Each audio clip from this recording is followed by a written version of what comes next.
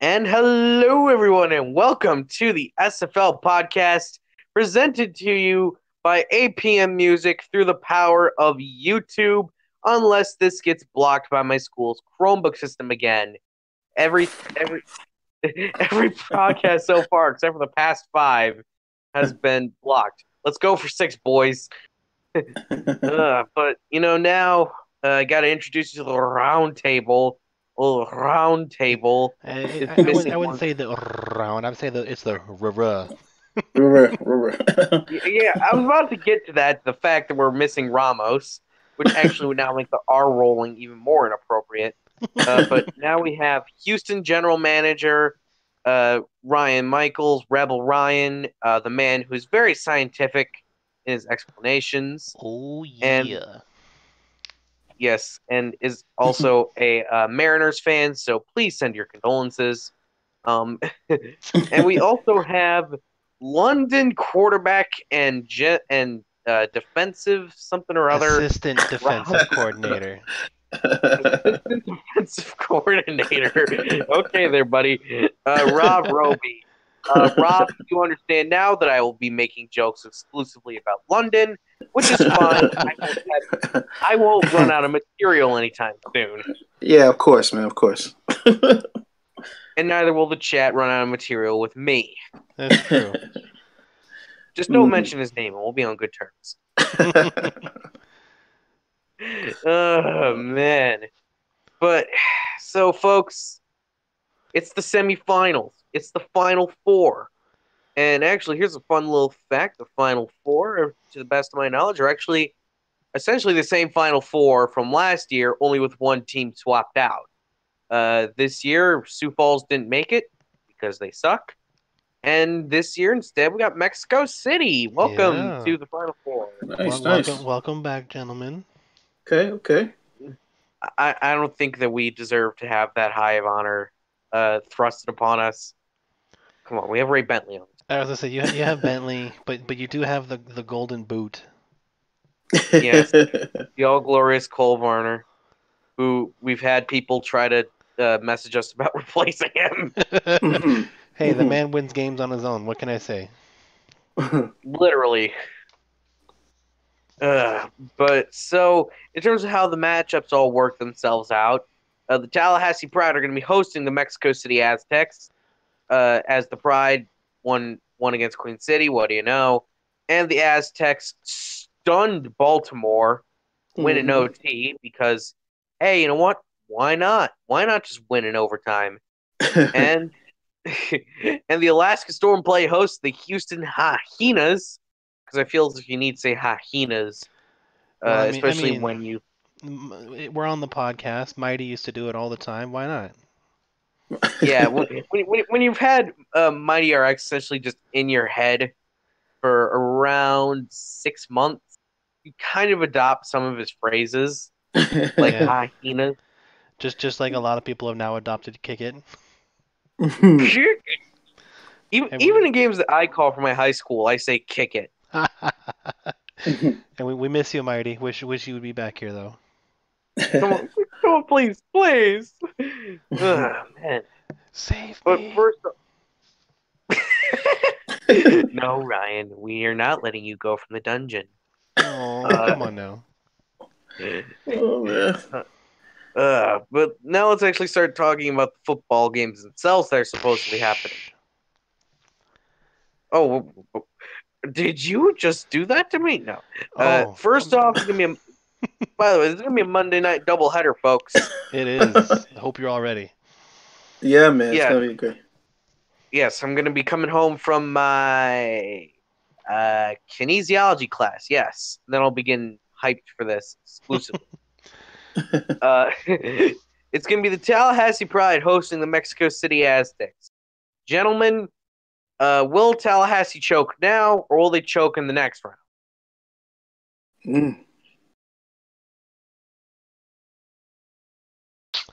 I don't know. I mean, honestly, I wasn't sure if they were going to be able to get their way uh, past Queen City, honestly. Their last 2 games of the regular season, they ended up losing their first game of the season to the Dallas Lobos, which I honestly don't know if anybody could have predicted. And then the last game of the regular season, they lost to the Hyenas in pretty convincing fashion of 42 to 23, I think is what the final score was. But then they got their bye week on the playoffs there for the wild cards, and apparently Frank figured something out, and he was able to kick his team in gear there, and they did a pretty good job against QCC. So it's very possible that it could go to either team. Mexico City always has that defense that I really like. I think the one thing that I found surprising out of the Queen City game was the Tallahassee Pride were able to hold Ash Odom to only 59 yards rushing, actually 53 on his own, and 6 of them were for Caswell. So I mean, for holding the second best rusher in the league to only 53 yards on 12 carries, that's quite a feat to be able to do. And then not only that, they held Caswell under 300 yards passing and intercepted him twice, while also en route to sacking him 10 times. I mean, he spent a lot of time on the ground. He was sacked half as many times as he completed passes. Um, so it was a good defensive game. They did really well. Coming up against Mexico City, they apparently figured out how to play offense last week here against Sioux Falls. Um, or not Sioux Falls, against Baltimore, not Sioux Falls. I was looking at the other part of the schedule there. Against Baltimore, and they got Ray Bentley working. I don't know what it is. They spiked his pregame workout with. Weed. Come on, it's Ray Bentley. But that boy can run. He reached his grown man status again, or sorry, grown ass man status as was bestowed upon him in the season 9 championship game, and he rumbled that old beaten broken down Bentley body for 171 yards, 2 touchdowns down there as well. Matt Wilson was able to just sling the ball all over the place, throwing it for 313 yards. I mean, Ramos did something, and he figured out how to get this offense working again, and he's doing it at just the perfect time. So this game could come down really well to a final drive. Basically, one team's need to drive on the last drive of the game to pull out victory, and so it's gonna be a good one, I think. I'm thinking it might be somewhere middle of the road for score, probably something like 21-17 with the game winning drive basically in the end, or even like tied 17-17 and Cole Varner comes down and kicks a field goal for the win. Who knows? I mean, it could go either way, and it's going to be a close one in my opinion. Shoot, this is one of those moments where you try to think of something to say. You want me to pick a team? Let's go. I'm gonna go with Mexico City. Good. I am gonna stick with the scores though. I'm gonna say probably 21 to 17. Good. Me right. Very much. Rob, Okay. so I'm gonna now send this one over to you because, frankly, we need more McGuffins to podcast with. Looking at this game, do you think that's gonna be Pride or the Zex? The what? The what? The The sex text? The pizzazz. Man, I think Ryan hit it right on the nose with all the stats and stuff.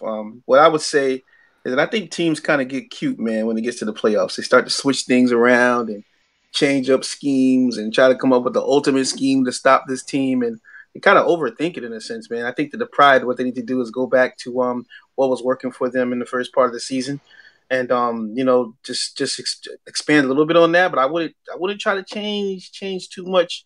Because I mean, the thing about the Aztecs is that they can kill you on the ground, or if Matt Wilson starts having a field day passing, man, he makes some big plays. So, I think that I'm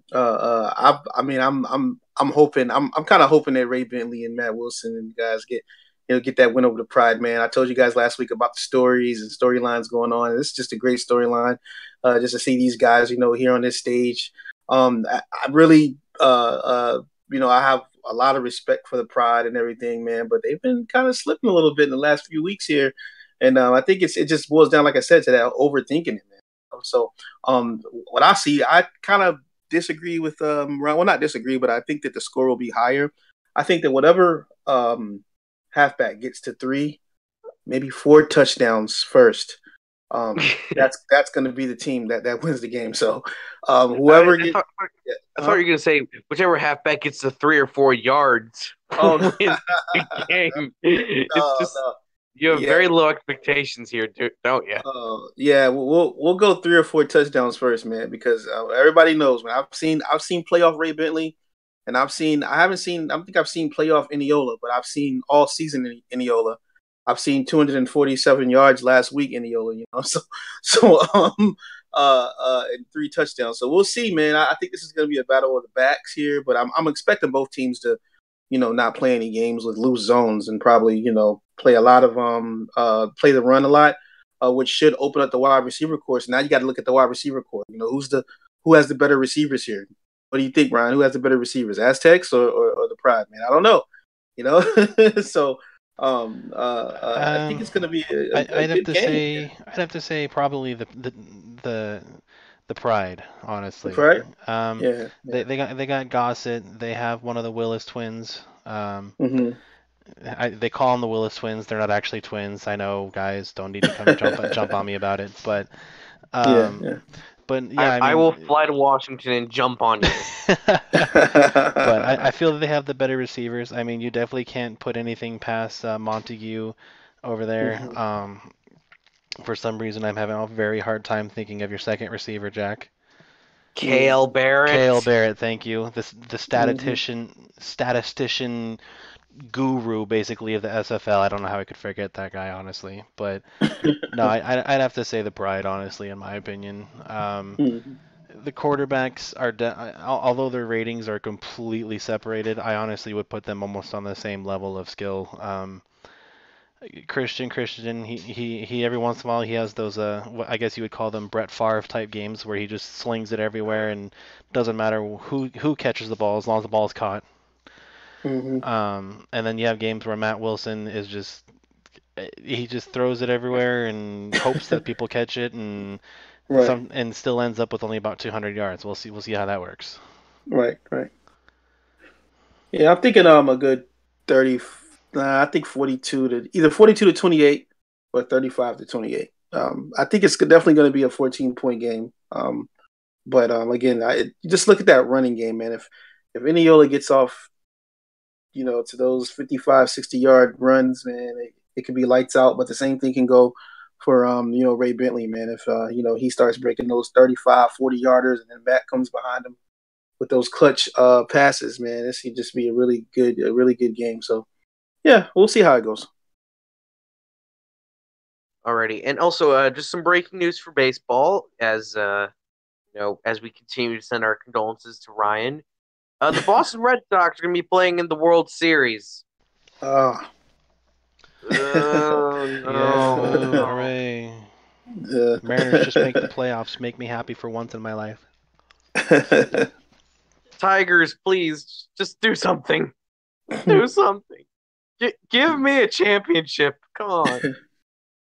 That's all I ask for in this world. I mean, honestly, it comes down to, man, I just one playoff berth. I mean, they have been out of the playoffs for more than half of my life. Let's put it that way. I'm a Yankee fan, so you know where I stand. Yeah, and with that, that's the end of the podcast. Brat. Good night, folks. And, spoiled brat. You betrayed me in so many ways, Rob. You go over to London. You now get to coach Flynn. Come on, man. Oh my God. Yep. Although it's surprising that no one has also. I think a handful of people have actually pointed out that Qantas Shine technically finished with more tackles than me, but I still show none of my anger towards him. It's because no one cares about Atlanta. Let's all be honest here. I mean, honestly, you can't be too mad when a man sets a a brand new record, solo tackle record of 21 solo tackles. I'm like, you can't be mad at that. Like he went nuts. Yeah, he went him. Yeah, but I am very mad at Slim. I'm very mad. Well, I mean, it's Slyn. It's kind of easy to be mad at him. Have you seen his picture on the website? One of his eyes is half closed. Come on, you gotta be mad at that. Says the man It with what only looks like a drunken Santa sailor on his profile picture. Basically, Slyn, what we're getting at here is that the podcast hates you. All right, moving man. on. Come on, Jack, let it go. It's okay, buddy. No, it's not okay. It's not okay. But you know what is okay? I'm pretty sure we can at least be guaranteed at least an okay game here. The Hyenas heading up to Alaska to take on the Storm. Ryan, I hope that you did pack the jackets. Baby? Oh, wait, Question mark? Darn it, you forgot them again. Forgot them again with the equipment. Trust me. Well, Mexico City's forgotten them way too many times, and look at how well we've done in Alaska. Man,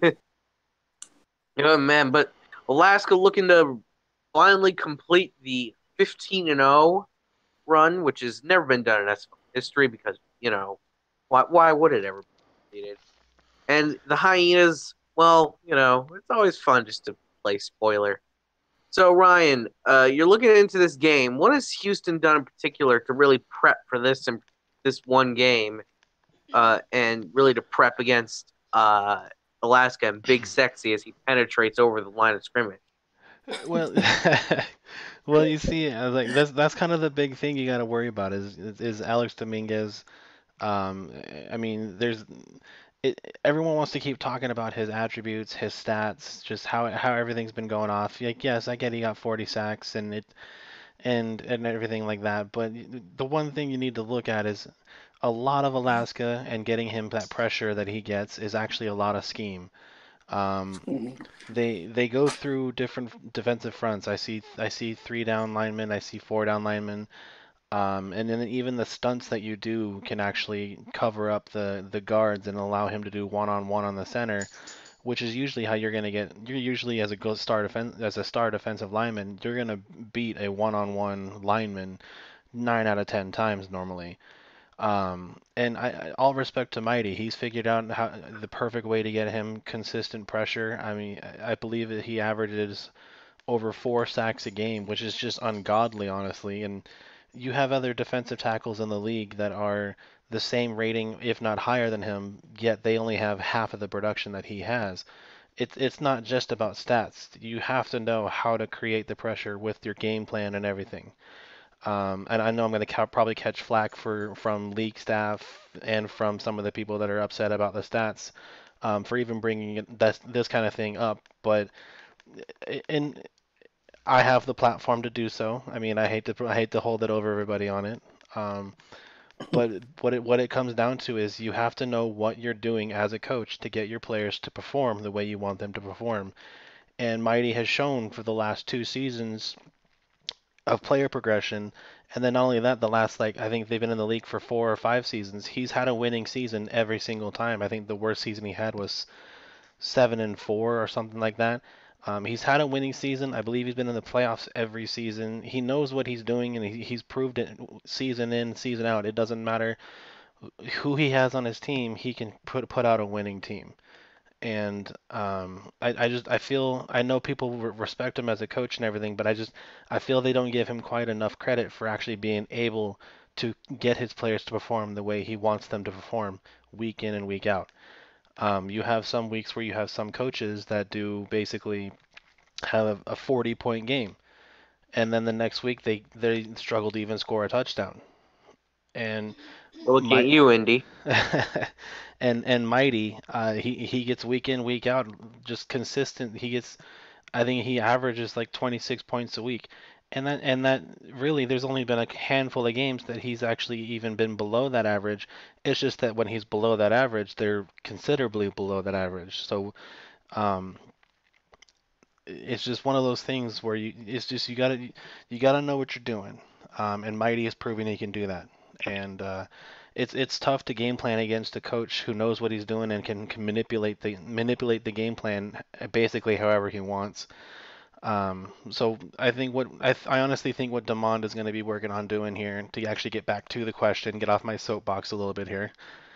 Um, what I think Demond's probably was gonna do, he might be getting some quick drops, try to get the ball out early, possibly keep the running back and the fullback in on pass protections on a few plays. Just some quick short routes that can get some guys in space, probably hopefully break a tackle or two, and get themselves downfield into the secondary and everything. Get Warren Murray involved a little bit more, hopefully get him in space and just make people miss, like he did a few times this last week. And it's gonna be a dogfight for sure. Alaska and Houston games are usually really close games that are played, and I'm thinking I'm really thinking we can pull the upset. I know not many people are really kind of thinking we're going to be able to. I mean, I don't fault them for it. Alaska has won over 25 games consecutively, playoffs and regular season. It's a crazy thing what they've done. And I don't fault them for thinking we're not going to be able to pull it off, but I think we can do it. I think we've got the the personnel to be able to do it. We got a good set of receivers, a good tight end, and you see in Clifton and Batter Ajlani and Dr. Sim. Kentez is definitely, in my opinion, I know I'm a little biased being on my team, but he's definitely, in my opinion, the top rookie quarterback. He's a top five quarterback statistically in almost every stat. Um, and it's gonna be crazy. I mean, I'm expecting fireworks. It's going to be hard on defense to contain Ron Cochran. It's going to be hard to contain the fullback Williams when he gets a little bit of space and gets ahead of steam. He can truck through anybody, just literally anybody, about as well as Bentley could in season 9. Um, you got the three receivers, Klein, Como, and Merrill. So it's gonna be difficult, definitely on defense to cover him, and at the same time it's gonna be difficult on offense to stop Alex Dominguez from just taking over the game entirely. So I'm interested to see what Eddie Gage is gonna do with our defensive game plan. On offense, I've already kind of touched on what I think Damon's gonna do, but we'll see how it goes. If I have to choose, I will say Alaska is more than likely going to take it. But me being optimistic, I'm going to still pick us here, and we'll go 27-24. Okay, this is nice. Of course, this is all dependent on the fact that Big Sexy isn't going through penetrating the offensive line. Someone get Thomas Rahman on that one. You should have seen what he said. I think, I don't know, Monday. I can't remember. Look, there's too many days in the week. There's too many non-podcast days. There's just too much. Okay, that's the conclusion we can all draw today from the podcast, folks. There's too much. But I was about to say Robbie. Rob, do you agree with my homeboy Ryan over here? Do you think that things are going to be chill for Houston? They're going to be chill for Alaska, or will Houston finally get a shot at this thing called a championship game? Well, I think Houston better hope that Mighty goes with the same game plan that he had last week, because Alaska looked very cool against Sioux Falls, and I actually scouted that game for a recap this week, and they almost lost that game to Sioux Falls multiple times in the fourth quarter. And so I don't know what happened, with with the amazing Alaska here, but to me I think that was a bad game. If I had to call all the games that they played, that was a bad game on them by them. I think Houston was very effective last week. They're on a roll. Whatever they're doing, I mean, Quintez is like 22 for 25 last week. I looked at the wide receivers stats earlier. I think that Dr. Sim was like targeted 7 times, caught 7 passes. Warren Murray targeted 4 times, caught three catches. What was it, Clifton? I think the other one. Like all these guys are just like making plays, man, with 90% accuracy. And so I think that whatever they have going for them now is working for them, and then that they're making very little mistakes. I mean, Quintez had 0 interceptions last week. He's arguably the best rookie. I'll just go ahead and say I think he's the best rookie quarterback in my opinion. He's faced a lot of adversity, and he's just doing a really good job. The scheme that they have is perfect for him, and it's allowing him to, just basically just make errorless plays, and get his team in position to win. So hopefully they're able to keep up the enthusiasm. Warren Murray looked like a beast last week as well, running over guys, 130 something yards or whatever on the day. He's definitely stepped up for the team, 3 touchdowns, So I think that Alaska has a little feisty young team here, man. So they don't want to, like I said earlier, get too cute with the scheming, man.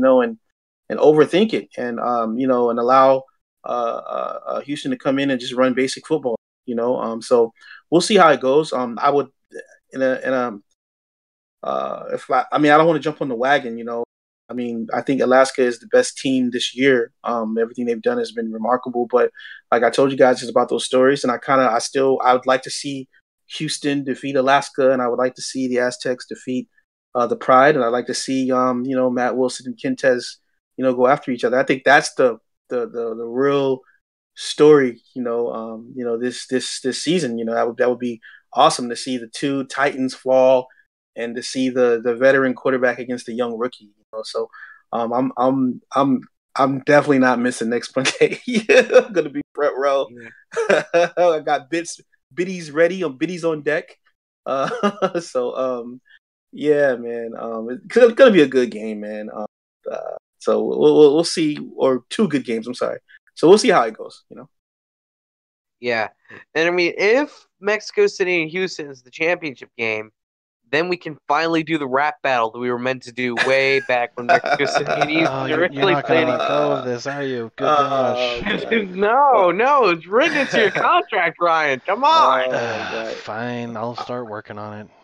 I would do it, but TJ called me a bum rapper earlier, so I'm retired. Oh my goodness. And he said, I think that's a compliment. I think once again, we do need to have. Look, really, here's the thing: we need to just ditch this whole simulation football thing and just go for rap battles.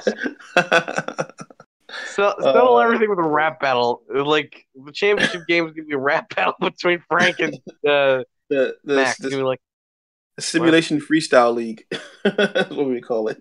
Yes.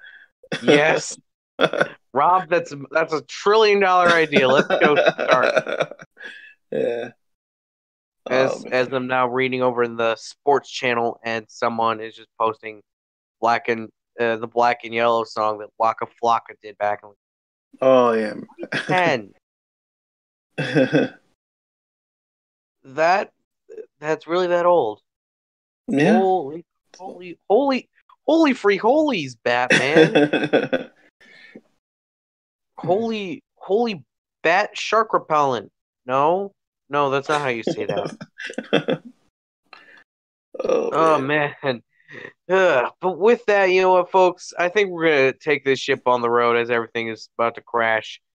So thanks for tuning into this week's edition of the SFL Podcast, presented to you exclusively via APM Music through the power of YouTube. Actually, let's rewind here. Done. Yeah. Blip, blip, blip. But before we go here, there's something I wanted to mention. The league has actually decided to up the salary cap. Yes, nice. Folks, we're going from $890 to $920. Hey, why can't they pick numbers that are just cooler? Like 920. No one cares about 920. You know what we need to do? We need to up it to 1,000. 1,000. Need to up it up to 1080. 1080p SFL teams.